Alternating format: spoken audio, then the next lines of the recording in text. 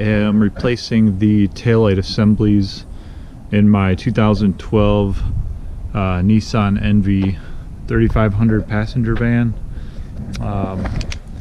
I'm replacing my 2017 with a 2012 just to not have a car payment, and I don't drive it as much as I used to, so it just doesn't make a lot of sense to have a newer one, although I do miss a lot of the cushy features on the 2017. I can make do with the 2012, but as you can see, or maybe not, the taillight assembly is cracked in several places. I don't want moisture to get in there any more than it already has. There's another crack that comes down here on the driver's side. Passenger side has a pretty good crack. Looks like somebody put some kind of silicone on it at one time to try to keep moisture from getting in there, but I think they're about 50 bucks on Amazon. I actually had a broken one on my 2017 that I just replaced, but they are, I'll put a link to the products in the comments, but this is the left-hand assembly, and it's actually kind of nice. They come with the full pigtail wiring assembly, so you don't even have to worry about changing all your bulbs if you got any burned out. So I'm gonna set the camera up differently, and I'll be right back.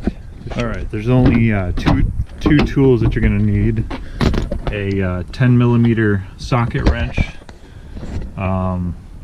If you had it on a screwdriver handle, that would probably work too. They're not in there very hard.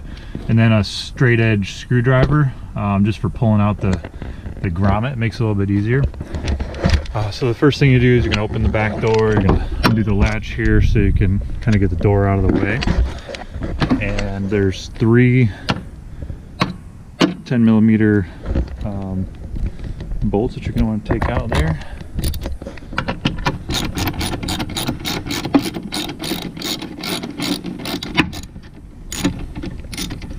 Kind of fun to do one-handed.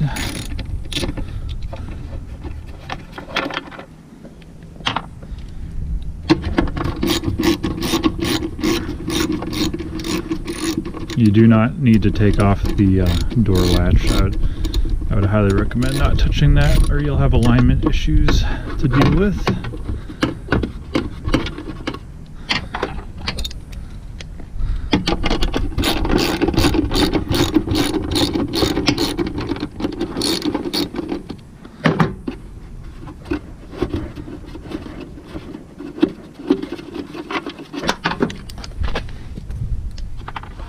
Okay, and then after you do that, you just got to give it a, it's hard with one hand. You just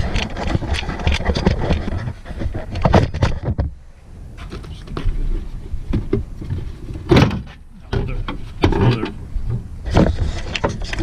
it right there and give it a good tug, and it comes right loose. This is where the screwdriver comes in handy. Really hard to do with one hand, but kind of work your screwdriver in there.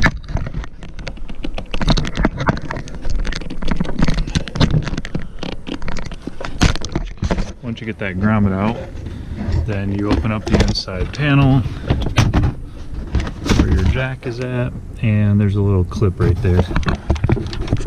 I found it easier to use a screwdriver to get it out. Just hold it at the base of the wire, push in on the little rectangle white tab, and it comes right out.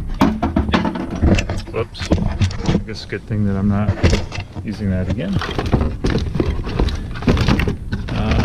This is my left-hand assembly for the driver's side, so I'm going to grab the passenger side one.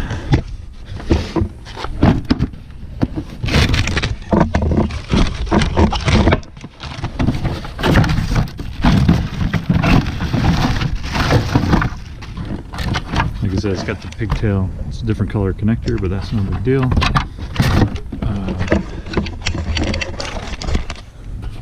Just feed the connector back through.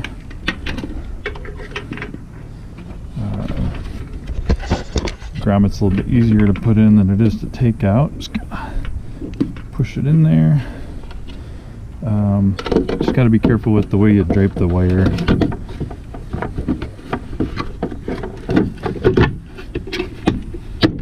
Just give it a good bump there. Now at the bottom here, I kept thinking it wasn't in all the way, but that's just how it is on these vans. It kind of overhangs a little bit where the hinge is. All right, so I'm gonna hook the wire up first.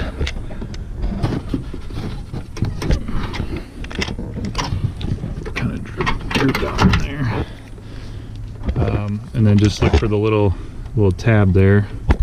I took the excess wire down in the cavity here. Pop it up in there, you're good to go. Put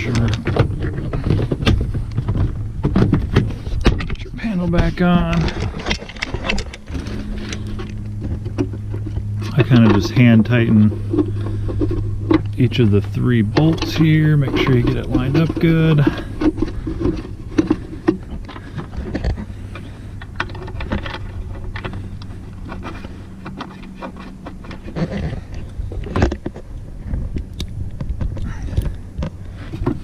Give one more fitment check.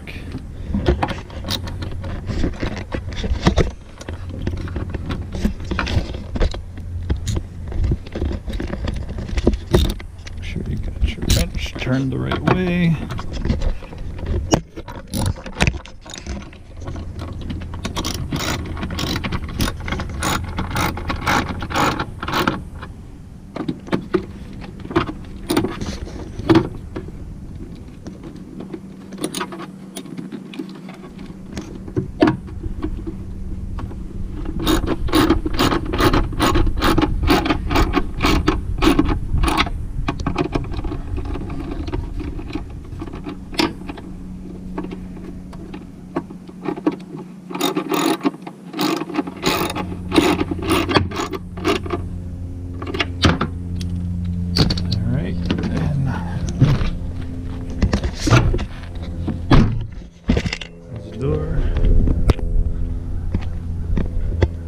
Fresh shiny one over there, and we got one more to do. All right, on this side it's the same deal, just a little bit more work on this side to get to the wiring because of the panel being different. You don't have that easy access hatch for the jack, so I'll show you that in a minute.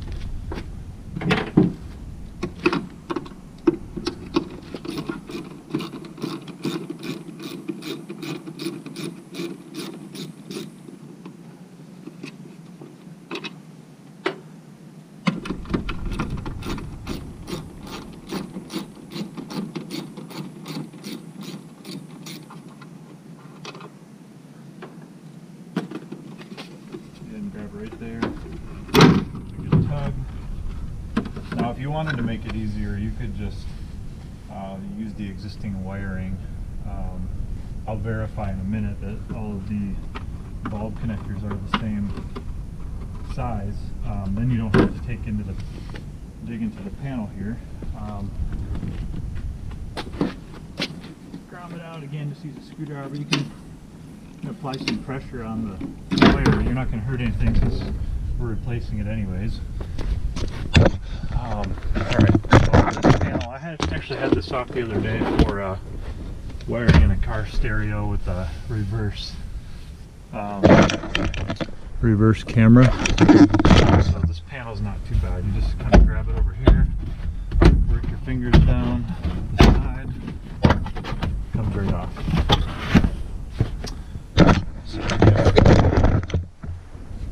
This side the wire's a little bit different. Grab my screwdriver here. Just See, there's a little clip here that push in.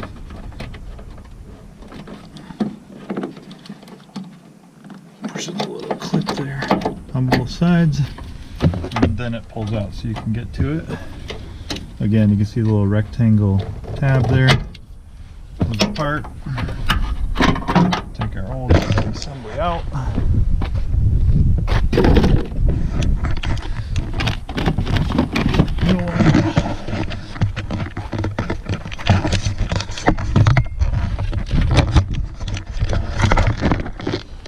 Feed that through there. Now on this one, I like to feed it through. Last time I had an issue with it, having to find it.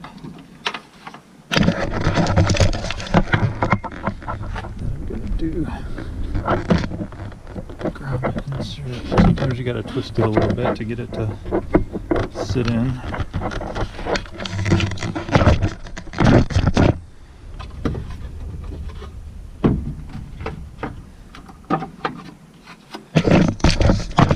You gotta make sure you get your wiring so it's not in the way of any of the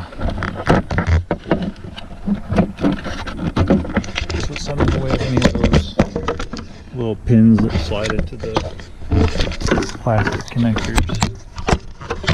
Just kind of cut your route in that.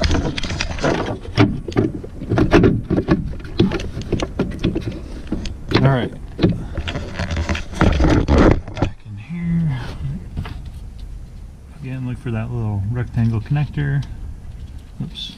On this side it's a little different. It goes to the side without the black clip. Slide it in there. Tuck it in. From the back, just line up that little.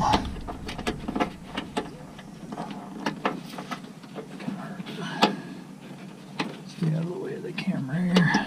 Just pop it in like that, good to go.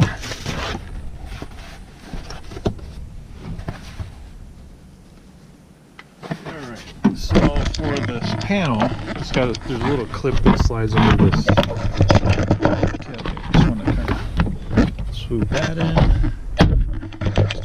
Tap each thing and you're good to go.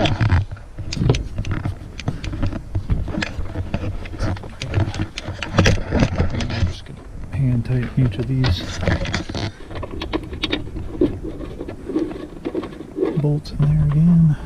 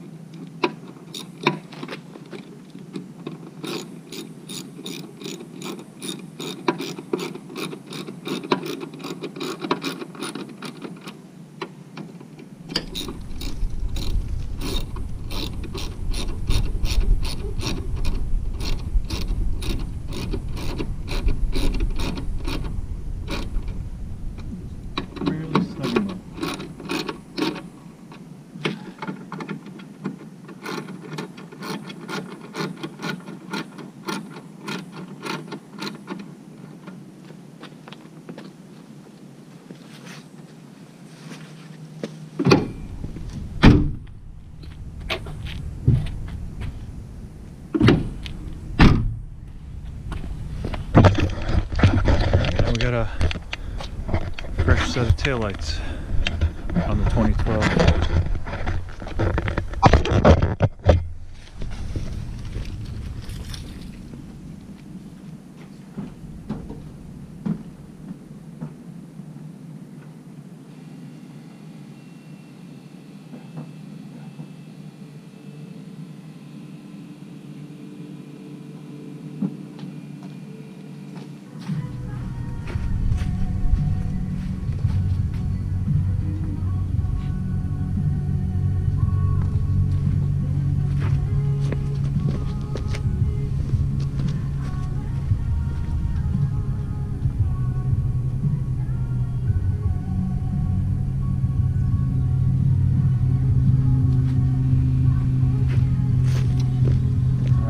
got turn signals, put my brakes on. I don't know if you'll be able to see it with the sun, but I'm confident that those are good to go.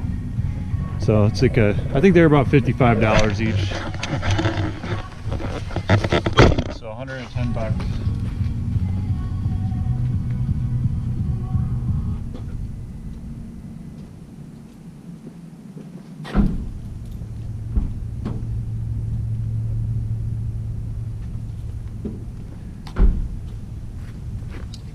$110 for some taillights. Thanks for watching.